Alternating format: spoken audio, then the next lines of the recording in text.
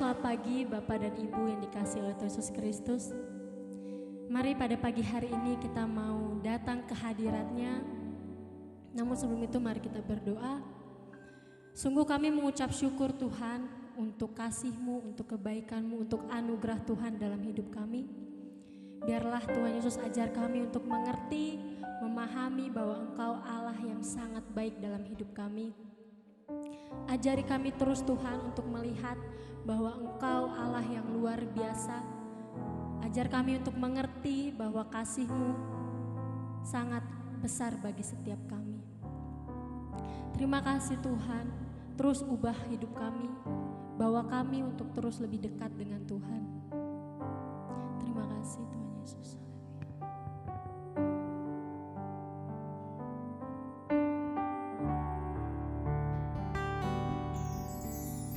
Kasih-Mu membuatku mengerti, ku berharga di mata-Mu Tuhan, dan tangan-Mu yang menuntun hidupku dalam semua rencana-Mu Tuhan.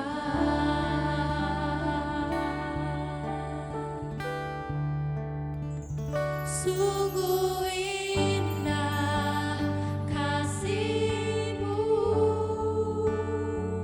sungguh besar kuasa-Mu, Yesus Tuhan penyelamatku. Kau tak pernah berubah untuk menggenapi janji-Mu, itu yang ku percaya.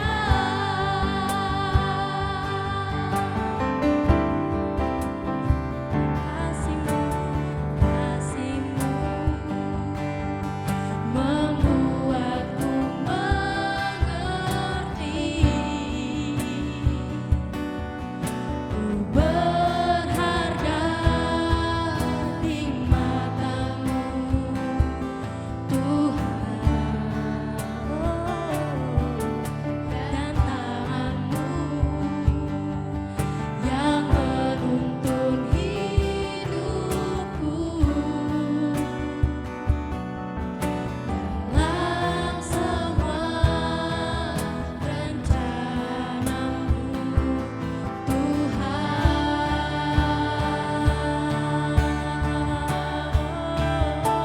Sungguh indah kasih-Mu, sungguh besar kuasa-Mu, Yesus Tuhan penyelamatku. Kau tak pernah berubah untuk menggenapi janji-Mu, itu yang ku percaya.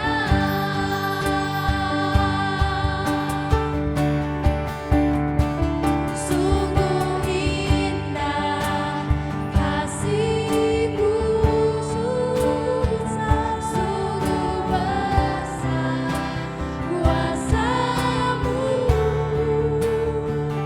Yesus Tuhan penyelamatku.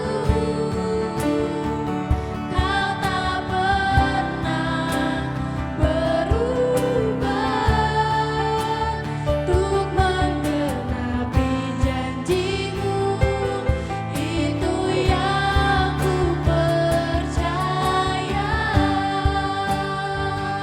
Lebih lagi kita mau naikkan pujian ini. Kasih-Mu membuatku mengerti,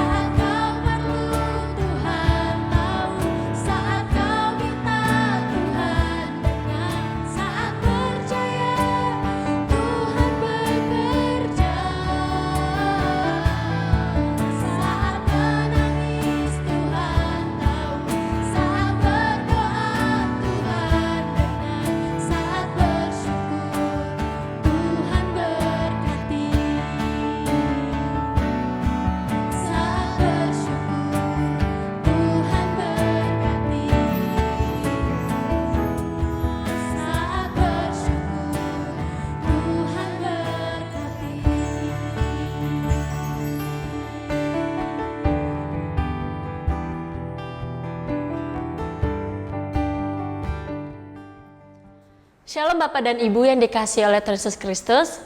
Selamat datang di Intimacy Worship. Sebelum kita mendengarkan perenungan pada pagi hari ini, mari kita berdoa. Bapak, kami mengucap syukur untuk pagi hari yang indah, untuk nafas hidup yang baru, berkat sukacita dan damai sejahtera yang baru yang Tuhan berikan atas kami. Terima kasih Tuhan untuk perlindungan-Mu sepanjang malam hingga pagi hari ini. Sebentar kami akan mendengarkan perenungan dari firman-Mu Tuhan. Kiranya perenungan pagi hari ini boleh terus menguatkan kami. Terus Tuhan, hidup kami boleh selalu mengandalkan Tuhan. Terima kasih Tuhan, terima kasih Yesus. Kami siap mendengarkan firman-Mu. Hanya di dalam nama Yesus kami sudah berdoa dan mengucap syukur. Haleluya. Amin. Sekali lagi shalom Bapak dan Ibu, saudara-saudari yang dikasihi oleh Tuhan Yesus Kristus. Pada pagi hari ini saya akan membawakan sebuah perenungan yang terdapat di dalam Markus pasal yang ke-10 ayat yang ke-35 sampai 45. Mari kita baca bersama. Lalu Yakobus dan Yohanes, anak-anak Zebedeus, mendekati Yesus dan berkata kepadanya, Guru, kami harap supaya engkau kiranya mengabulkan suatu permintaan kami. Jawabnya kepada mereka, apa yang kamu kehendaki aku perbuat bagimu? Lalu kata mereka, perkenankanlah kami duduk dalam kemuliaan-Mu kelak, yang seorang lagi di sebelah kananmu dan yang seorang di sebelah kirimu. Tetapi kata Yesus kepada mereka, kamu tidak tahu apa yang kamu minta. Dapatkah kamu meminum cawan yang harus kuminum dan dibaptis dengan baptisan yang harus kuterima? Jawab mereka, kami dapat. Yesus berkata kepada mereka, memang kamu akan meminum cawan yang harus kuminum dan akan dibaptis dengan baptisan yang harus kuterima. Tetapi hal duduk di sebelah kananku atau di sebelah kiriku, aku tidak berhak memberikannya. Itu akan diberikan kepada orang-orang bagi siapa itu telah disediakan. Mendengar itu, ke-10 murid yang lain menjadi marah kepada Yakobus dan Yohanes. Tetapi Yesus memanggil mereka lalu berkata, kamu tahu bahwa mereka yang disebut pemerintah bangsa-bangsa memerintah rakyatnya dengan tangan besi, dan pembesar-pembesarnya menjalankan kuasanya dengan keras atas mereka. Tidakkah demikian di antara kamu? Barang siapa ingin menjadi besar di antara kamu, hendaklah ia menjadi pelayanmu. Dan barang siapa ingin menjadi yang terkemuka di antara kamu, hendaklah ia menjadi hamba untuk semuanya. Karena anak manusia juga datang bukan untuk dilayani, melainkan untuk melayani dan untuk memberikan nyawanya menjadi tebusan bagi banyak orang. Amin. Demikian firman Tuhan. Ayat-ayat ini menceritakan tentang pemberitahuan mengenai penderitaan Kristus. Nah, dan di ayat ini, Yakobus dan Yohanes memberikan sebuah pertanyaan yang Yesus bisa jawab, tetapi Yesus pun tidak bisa melakukan permintaan itu. Maksud Yesus memberitahukan hari penderitaannya supaya mereka, murid-murid Yesus, dapat mempersiapkan diri mereka dan menyerahkan segala sesuatunya kepadanya dan mendapat upah dari penderitaan tersebut. Nah, cerita ini lebih kepada murid-murid Yesus. Kita tahu ya kalau murid-murid Yesus ini sangat dekat dengan Yesus. Pergi pelayanan bersama, apa yang Tuhan Yesus kerjakan mereka tahu, bahkan mereka menjadi saksi di mana mujizat-mujizat yang Yesus kerjakan, yang Yesus lakukan terhadap umatnya pun mereka tahu. Dan mereka pun tahu satu sama lain. Mereka tahu sifat Yesus seperti apa, dan Yesus pun lebih tahu sifat mereka seperti apa. Nah, dari sekian murid yang dulu mengikut Yesus, yang tersisa hanya ke-12 murid ini. Nah, itu artinya mereka yang terlihat tulus, mereka yang terlihat sangat bergebu-gebu ingin melayani, mereka yang siap siaga kemanapun Yesus pergi, mereka ikut. Sampai pada di titik ketika Yesus memberitahukan hari penderitaannya, kegelisahan dalam hati mereka pun muncul. Nah, Di balik kesetiaan murid-murid Yesus dalam melayani, nah, ternyata mereka sendiri memiliki rencana untuk mengambil sebuah posisi, yaitu duduk di sebelah kanan dan kirinya. Sebenarnya hal ini bukan kali pertama yang mereka tanyakan kepada Yesus. Kita bisa buka di Markus 9 ayat 33 sampai 35. Bapak Ibu bisa buka dan baca masing-masing di rumah. Ayat itu merupakan sebuah pemberitahuan kedua tentang penderitaan Yesus. Nah, di ayat tersebut juga murid-murid Yesus sedang merencanakan, bahkan mereka sampai bertengkar. Siapa di antara mereka yang terbesar, siapa yang akan duduk di sebelah kanan dan kirinya, gitu. Dan kita kembali ke pasal 10 ayat 35 sampai 45. Di ayat yang ke-41, ketika Yesus bilang kalau aku tidak berhak memberikannya, itu akan diberikan kepada orang-orang bagi siapa itu telah disediakan. Nah, waktu murid-murid Yesus mendengar jawaban Yesus itu sendiri, mereka marah kepada Yohanes dan juga Yakobus. Nah, karena dari ke-12 murid ini, dari ke-12 murid ini, mereka sangat menginginkan posisi tersebut, gitu. Mereka ingin duduk di sebelah kanan dan kiri Allah. Karena mereka merasa selama Yesus hidup, mereka selalu mengikuti Yesus kemanapun Yesus melayani. Kemanapun Yesus pergi, dan mereka pun merasa bahwa mereka mereka berhak untuk mendapat posisi tersebut. Nah, kemudian di ayat yang ke-42 akhirnya Yesus memanggil mereka dan memberikan sebuah contoh mengenai kerendahan hati, supaya jangan di antara mereka yang terpecah belah, yang diakibatkan karena ambisi dan suatu rencana di mana hal tersebut harus mereka dapat, gitu. Di ayat yang ke-42 ini, di mana Tuhan, kita baca sama-sama ya. Tetapi Yesus memanggil mereka lalu berkata, kamu tahu bahwa mereka yang disebut pemerintah bangsa-bangsa memerintah rakyatnya dengan tangan besi, dan pembesar-pembesarnya menjalankan kuasanya dengan keras atas mereka.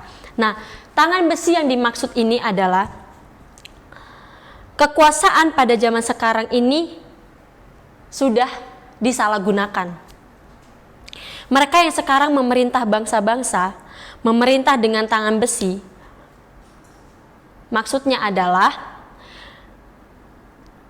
bukan untuk melindungi rakyat atau mesejahterakan rakyat, tetapi juga berkuasa atas mereka.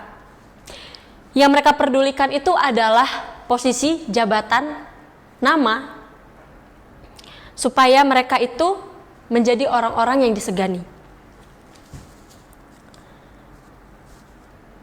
Dan terlebih lagi membuat kemegahan diri dalam hidup mereka. Nah, maka di ayat yang ke-43 Tuhan berkata, tidaklah demikian di antara kamu. Barang siapa ingin menjadi besar di antara kamu, hendaklah ia menjadi pelayanmu. Nah, ini menjadi salah satu perenungan dan poin bagi kita semua, yaitu Yesus tidak ingin di antara kita itu berlaku demikian. Siapa yang ingin menjadi lebih besar, hendaklah ia menjadi pelayan bagi yang lainnya. Itu artinya kita sebagai pelayan-pelayan Tuhan marilah kita menjadi hamba yang siap untuk menerima apapun yang menurut kita itu menyakitkan. Nah, ketika kita melayani pasti ada yang menganjal, ada sesuatu yang terjadi sebelum kita melayani. Bahkan ketika kita mau melayani, marilah melayani itu dengan ketulusan hati. Kuncinya itu cuma satu, yaitu memiliki kerendahan hati.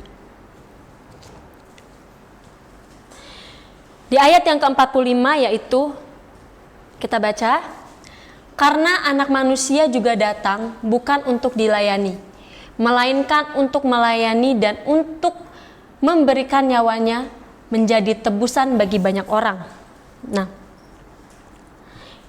kita tahu bahwa Yesus sendiri adalah teladan utama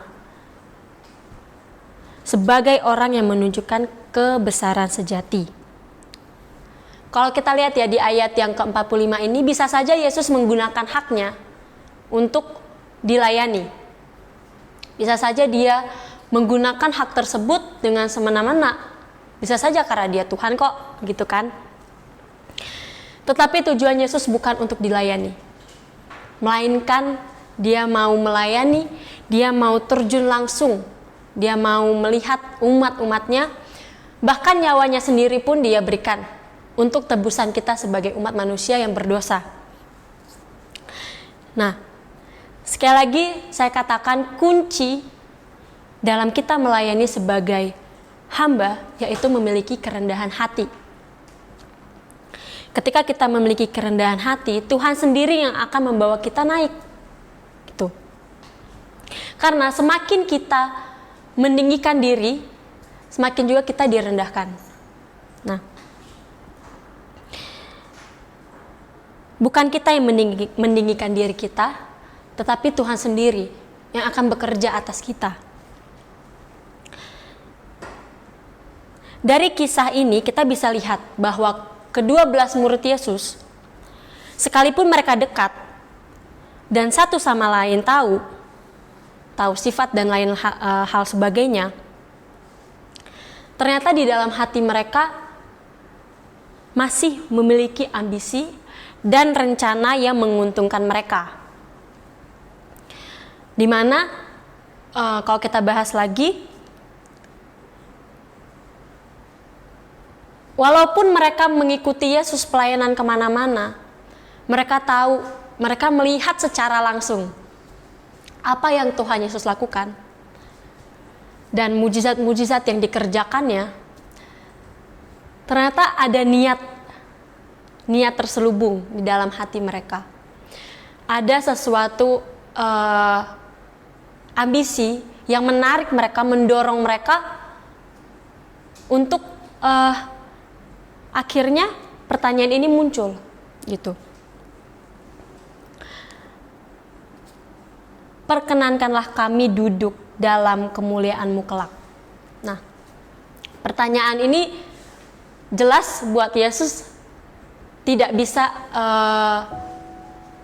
bahkan Tuhan Yesus pun gak berhak untuk memberikan posisi tersebut. Nah, perenungan bagi kita sebagai pelayan-pelayan Tuhan yaitu kodrat kita sebagai hamba, sebagai pelayan Tuhan adalah menjadi hamba yang siap direndahkan, yang siap tidak dianggap dan diproses lebih keras. Supaya apa? Supaya kita semakin menjadi alat yang luar biasa di tangan Tuhan, yang terus dipakai untuk kemuliaan namanya, bukan untuk kemuliaan kita, tetapi untuk kemuliaan Tuhan. Nah, ke-12 murid ini bisa dibilang dia dipercayakan banyak bidang oleh Yesus. Ada yang salah satunya yaitu Yudas yang menjadi bendahara dalam pelayanan Yesus. Nah, tapi pada akhirnya Yudas mengkhianati Yesus, gitu. Dan Yudas pun menyerahkan Yesus untuk ditangkap dan disalibkan. Nah, kita sebagai pelayan Tuhan, marilah kita siap untuk menjadi hamba, siap untuk tidak dihargai, siap untuk dihina, siap untuk direndahkan. Tetapi ketika kita memiliki kerendahan hati, bukan manusia yang melihat, tetapi Tuhan sendiri yang melihat seberapa dalam kita rindu untuk melayani Tuhan tanpa ada embel apapun. Tuhan sendiri yang akan pandang kita, Tuhan sendiri yang akan meninggikan kita, bukan kita sendiri yang akan meninggikan diri kita sendiri. Itu.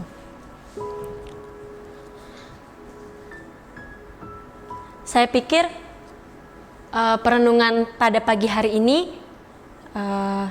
cukup sekian. Kiranya apa yang saya sampaikan ini boleh menjadi kekuatan bagi kita, menjadi perenungan yang setiap hari kita renungkan untuk melakukan hari-hari kita ke depan. Amin Bapak dan Ibu. Ya. Mari kita berdoa. Bapak, kami mengucap syukur untuk hari ini. Kiranya perenungan yang boleh disampaikan hamba-Mu boleh menjadi berkat bagi banyak orang, boleh menjadi kekuatan, menjadi pengharapan yang terus ada di dalam Tuhan. Jadikan kami Tuhan pelayan-pelayan-Mu yang setia, pelayan-pelayan-Mu yang mau terus Tuhan diproses dengan keras, mau Tuhan untuk lebih lagi mengenal Tuhan, dan biarlah apapun yang kami lakukan itu hanya untuk hormat kemuliaan bagi nama-Mu Tuhan Yesus. Kami mau berdoa Tuhan pada pagi hari ini untuk setiap gereja-gereja Tuhan dimanapun berada. Kami percaya Tuhan Engkau sendiri yang akan mengurapi mereka, Engkau sendiri yang akan memakai setiap gembala-gembala dan pengerja yang ada. Biarlah Tuhan Yesus melalui setiap kepemimpinan yang ada, biarlah jemaat-Mu boleh semakin Tuhan lebih lagi mengenal Tuhan, semakin hari semakin dekat dengan Tuhan. Terima kasih Tuhan, tak lupa kami juga mau berdoa untuk bangsa dan negara kami. Kami percaya bukan suatu kebetulan Pak Presiden Jokowi beserta jajarannya itu ada, tetapi biarlah Engkau mengurapi mereka, memberikan mereka hikmat, roh takut akan Tuhan, terlebih lagi Tuhan Yesus roh kebijaksanaan. Biarlah keputusan apapun yang mereka ambil itu semua berdasarkan kehendak Tuhan. Terima kasih Tuhan, terima kasih Yesus. Sekali lagi kami mau menyerahkan hari ini ke dalam tangan Tuhan. Biarlah penyertaan Tuhan boleh menyertai kami sepanjang hari ini. Sebelum kami mengakhiri intimacy worship kami pada pagi hari ini, kami ingin berdoa menurut apa yang Engkau ajarkan kepada kami. Bapa kami yang di dalam surga, dikuduskanlah nama-Mu, datanglah kerajaan-Mu, jadilah kehendak-Mu di bumi seperti di surga. Berikanlah kami pada hari ini makanan kami yang secukupnya, dan ampunilah kami akan kesalahan kami, seperti kami juga mengampuni orang yang bersalah kepada kami. Dan janganlah membawa kami ke dalam pencobaan, tetapi lepaskanlah kami daripada yang jahat, karena Engkaulah yang mempunyai kerajaan, dan kuasa, dan kemuliaan sampai selama-lamanya. Amin. Tuhan Yesus memberkati.